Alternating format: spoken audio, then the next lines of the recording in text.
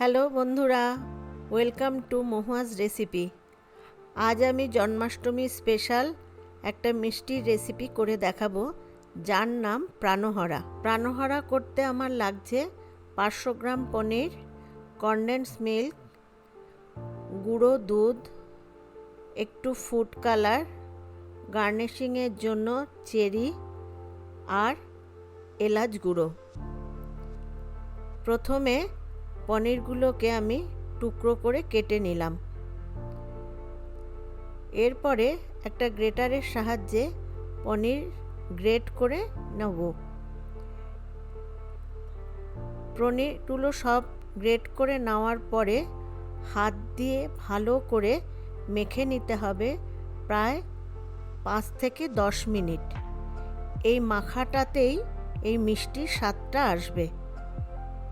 এরপরে কিছুটা পনির আমি একটা প্লেটে তুলে রেখে বেশি পনিরটা কড়াইতে দিয়ে সাথে কনডেন্স মিল্ক দিয়ে ভালো করে কনডেন্স মিল্ক আর পনিরটা মাখিয়ে নেব। এরপরে দেব হাফ চামচ এলাচ গুঁড়ো,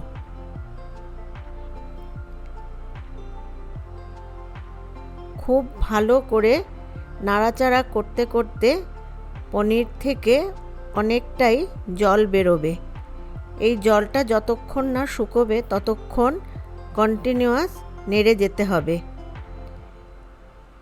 পনির পুরো শুকিয়ে যাওয়ার পরে এটা থালার উপর নামিয়ে নিলাম।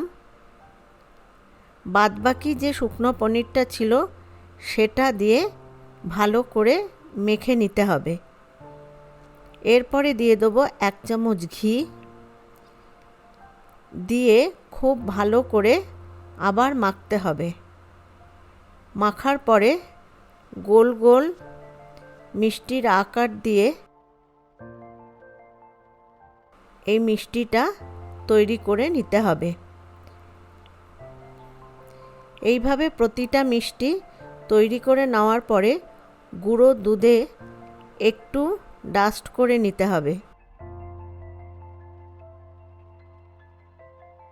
গুঁড়ো দুধে ডাস্ট করে নেওয়ার পরে প্লেটে সাজিয়ে একটু করে ফুড কালার উপরে দিয়ে তার উপরে চেরি সাজিয়ে প্রাণহরা তৈরি করে নিতে হবে। প্রাণহরা মিষ্টি আমার একদম তৈরি হয়ে গেছে। এটা বাড়িতে সবাই করবেন। যদি আমার এই রেসিপিটা ভালো লেগে থাকে তাহলে আমার এই ভিডিওটাকে লাইক করবেন, চ্যানেলটাকে সাবস্ক্রাইব করবেন। দেখা হবে নতুন আর একটা ভিডিও নিয়ে। ততক্ষণের জন্য বাই।